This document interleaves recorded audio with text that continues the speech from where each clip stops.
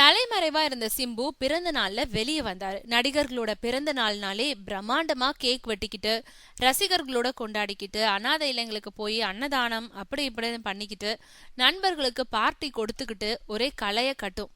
இன்னைக்கு சிம்புவோட பிறந்த நாள். இது எதுவுமே இல்லாம வீட்டுக்குள்ளேயே எளிமையா தன்னோட பிறந்த நாளை கொண்டாடி இருக்காரு. சிம்புவோட பிறந்த நாள் ரொம்ப அமைதியா நடந்து முடிஞ்சிருக்கு. பீப் சாங்குன்ற பெயர்ல ஆபாச பாடலை உருவாக்குனதுக்காக சிம்பு மேல தமிழகம் முழுக்க பல நீதிமன்றங்கள்ல வழக்குகள் தொடுக்கப்பட்டிருக்கு. காவல் நிலையங்கள்லயும் அவர் மேல புகார்கள் கொடுக்கப்பட்டிருக்கு. பீப் சாங் விவகாரத்துல காவல்துறையோட நடவடிக்கைக்கு பயந்து தலைமறைவாவே இருந்துட்டு வந்த சிம்பு எப்படியாவது கைது நடவடிக்கையில இருந்து மீண்டு வரணும்னு வழக்கு மேல வழக்கு தொடுத்துட்டு இருக்காரு. இதுக்கு நடுவுல சிம்புவோட பிறந்த நாளான இன்னைக்கு இது நம்ம ஆளு படத்தோட இசை வெளியிட்ட பிரம்மாண்ட விழாவா நடத்த திட்டமிட்டு இருந்தாரு டி ராஜேந்தர்.